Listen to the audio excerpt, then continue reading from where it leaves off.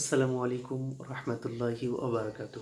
সম্মানিত শ্রোতামণ্ডলী, দেশ ও দেশের বাইরে যারা আজকে আমার এই প্রশ্নোত্তর পর্বতে অংশগ্রহণ করেছেন এবং যারা দেখছেন শুনছেন, তাদের সকলকে আমি জানাচ্ছি মোবারকবাদ ও আন্তরিক শুভেচ্ছা।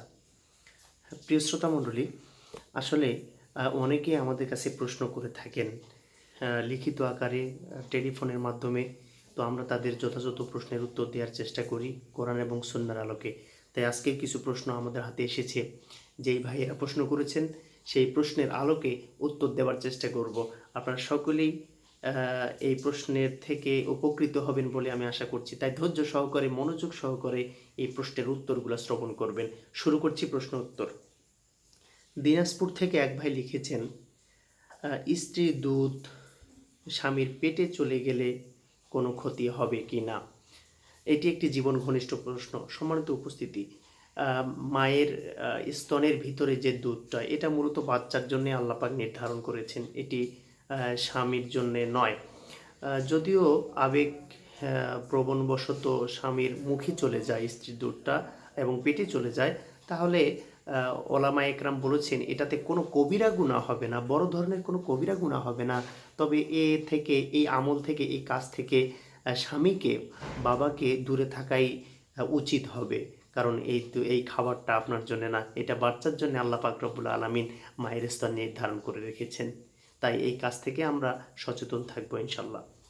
দ্বিতীয় প্রশ্ন, সিলেট থেকে মোহাম্মদ তৌফিকুর রহমান প্রশ্ন করেছেন যে, হুজুর, বাচ্চার প্রস্রাব কাপড়ে লাগলে সেই কাপড় নিয়ে নামাজ হবে কি না?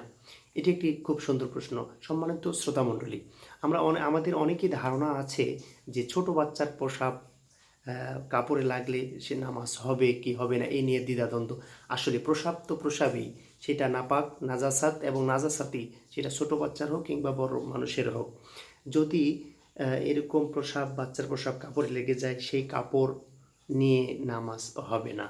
অতএব সেই অবস্থায় মায়ের কিংবা বাবাদের উচিত যে নামাজের জন্য একটা নির্দিষ্ট কাপড় রাখা, সেই কাপড় পরেই তারা নামাজ পড়বে এবং প্রস্রাবওয়ালা কাপড়টা খুলে রাখবে, দূরে রাখবে, আর ওই কাপড় পরে নামাজ হবে না। ঢাকা কাকরাইল থেকে এক ভাই প্রশ্ন করেছেন যে, মোবাইল ফোনে বিয়ে করা জায়েজ আছে কিনা? এটি একটি অত্যন্ত জনবহুল প্রশ্ন এবং যুগ উপযোগী প্রশ্ন। সম্মানিত শ্রোতামণ্ডলী, মোবাইল ফোনে বিয়ে ইসলাম জায়েজ করেছেন, ইসলাম জায়েজ রেখেছেন। মোবাইল ফোনে অডিওতে হোক কিংবা ভিডিও কলে হোক, সেটা বিয়ে জায়েজ।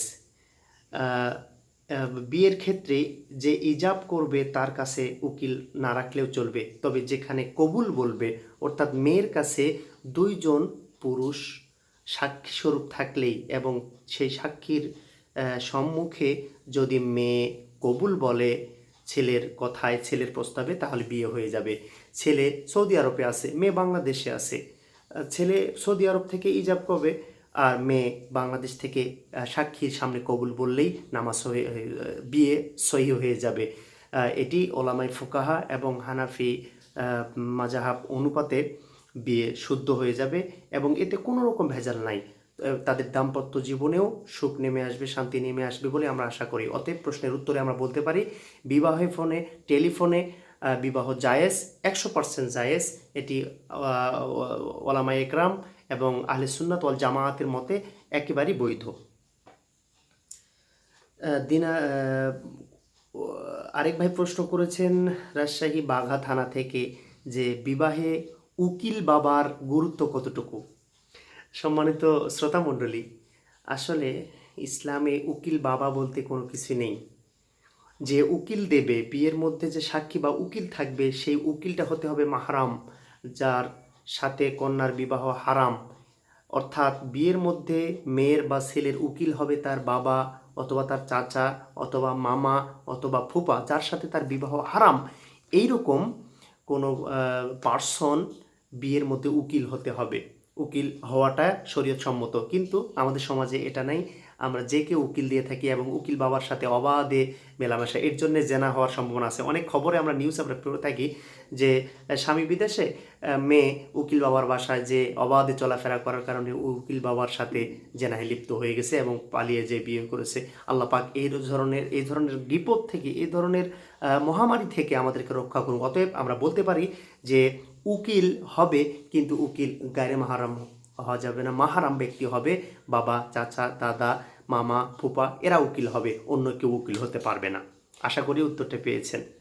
আরেক ভাই প্রশ্ন করেছেন ঠাকুরগাঁও থেকে যে নামাজের মধ্যে সূরার উল্টাপাল্টা হলে কোনো ক্ষতি আছে কিনা, অর্থাৎ যে সূরা আগে সেটা আগে না পড়ে পরে পড়লে এবং পরের সূরাটা আগে পড়লে নামাজ হবে কিনা। সম্মানিত উপস্থিতি, নামাজ হয়ে যাবে। আপনি সূরা ফাতিহা থেকে সূরা নাস পর্যন্ত এই যে ধারাবাহিক সূরাগুলি নামাজের মধ্যে এভাবে তেলাওয়াত করার চেষ্টা করবে, এটা সুন্নাহ। হ্যাঁ, যদি আপনার বেখেয়াল কিংবা মনের ভুলে আপনার সূরা উল্টাপাল্টা হয়ে গেছে, অর্থাৎ তাব্বাদিয়াদা সূরা আগে হয়ে গেছে, তারপরে আপনি সূরা ফিল পড়ছেন, তারপরে সূরা ৩ পড়ছেন, কিংবা আগে সূরা নাস পড়ে ফেলেছেন, পরে সূরা ফালাক পড়ছেন, এতে আপনার নামাজ হয়ে যাবে। তবে মনে রাখবেন সুন্নাহর খেলাফ হয়ে যাবে, নামাজের কোনো ত্রুটিও হবে না ইনশাল্লাহ।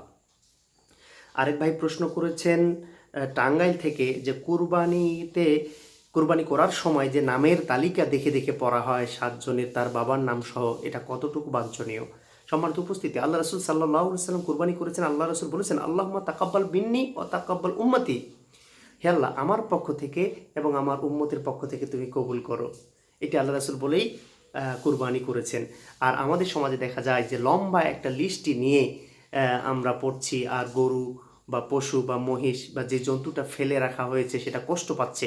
সম্মানিত উপস্থিতি, এই কাজটা ভুলেও আপনার করবেন না, এটা অত্যন্ত নিন্দনীয় কাজ। আমরা যখন পশু ক্রয় করেছি, কে কে ক্রয় করেছি, এই পশুতে কে কে আমরা কুরবানি দিচ্ছি, আল্লাহ রাব্বুল আলামিন আমাদের সকলেই জানেন। তাই উল্লেখ করে ধারাবাহিকভাবে ধীরে ধীরে 2 মিনিট ধরে নাম তালিকা পড়ার কোনো প্রশ্নই আসে না। এই কাজ থেকে, অহেতুক কাজ থেকে আপনারা দূরে থাকবেন এবং আপনারা সুন্নত তরিকা অনুযায়ী জবের দোয়া পড়ে আল্লাহর নামে জবে করে দেবেন। আল্লাহ পাক রব্বুল আলামিন আমাদের সকলকে বুঝার তৌফিক দান করুন, আল্লাহুম্মা আমিন। আরেক ভাই প্রশ্ন করেছেন ময়মনসিংহ থেকে যে হুজুর, ফজরে অত্যন্ত ঠান্ডা পানিতে আমার স্বপ্নদোষ হয়েছে, এই ঠান্ডা পানি দিয়ে এখন গোসল না করে নামাজ হবে কিনা।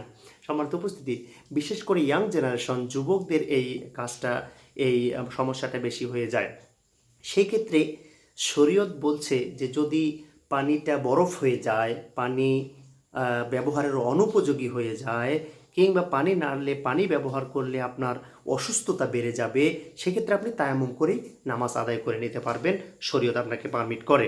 কিন্তু অলসতাবশত ঠান্ডা পানি কিন্তু ইউজ করা যাবে, ব্যবহার করা যাবে, কিন্তু আপনার অলসতার জন্যে আপনি সেই পানিটি ইউজ করছেন না, অতএব আপনার জন্য সেটা কাম্য নয়।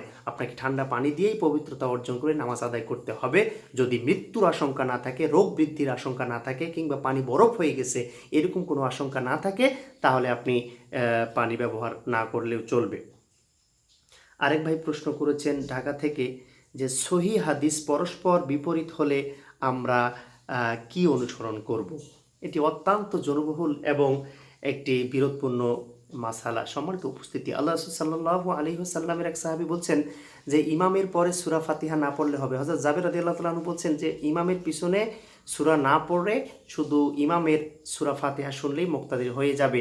আবার তিনি আল্লাহ রাসূল থেকে হাদিস বর্ণনা করছেন যে ইমামের পিছনে সূরা ফাতিহা তেলাওয়াত করতে হবে। এই যে দুইটা সহিহ হাদিস পরস্পর বিপরীত, এটা তাহলে সলিউশন কি হবে, এটা আমরা কি অনুসরণ করব। সম্মানিত উপস্থিতি, এই দুইটা হাদিসকে উলামায়ে ফোকাহ, উলামায়ে সহিহ, আহলে সুন্নাত ওয়াল জামায়াতের ইমামগণ এই হাদিস দুটাকে কিভাবে বিশ্লেষণ করেছেন, তারা কিভাবে আমল করেছেন, সেই দিকে আমাদের দৃষ্টিপাত করতে হবে।